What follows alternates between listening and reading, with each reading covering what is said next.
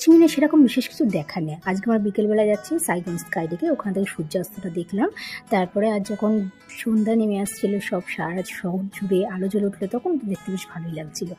আর আমরা যে গোল জায়গাটা, এখান থেকে দাঁড়িয়ে দেখেছি পুরোটা। এই দুটো ছেলে মেয়েদের নিয়ে আমরা 4টে মাস জানো তো পুরো পাগল হয়ে গেছি বেড়াতে গিয়ে। আর আমরা তারপরে গেছিলাম একটা চায়না মার্কেটে, কি গন্ধ জানেন না ওখানে, বলছিল দুপুরে ভাত আমার উঠে আসছে, এত গন্ধ। ওখানে কেমন যেন সব খাবার দাবার সব ছট্টাক জন্মানোর মতো। আমি ওখানে একটা কোল্ড ড্রিঙ্কস খাচ্ছিলাম, সেটা পাশে এদিকে গুগলি একটা মেয়ে স্যুপের মধ্যে ডুবি ডুবি খাচ্ছে, বাবা যে ঘৃণা লাগছিল। ওটা ভালো, চায়না মার্কেটে প্রচুর সবিনা টবিনা ছিল, ভালো জায়গাটা। সকালবেলা আমরা চলে গেছিলাম পরের দিনকে রিভার পার হয়ে একটা মৌমাছির থেকে মধু উৎপন্ন করে সেই জায়গাটায়, মানে ওখানে একটা রিয়েল হানি পাওয়া যায়।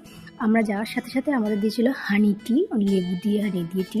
আর ওখানে যাদের তো দুটো কাকু গলায় পাইথন সাপ নিয়েছিল, বাবা আমার যা দেখে ভয় লাগছিল যে কীভাবে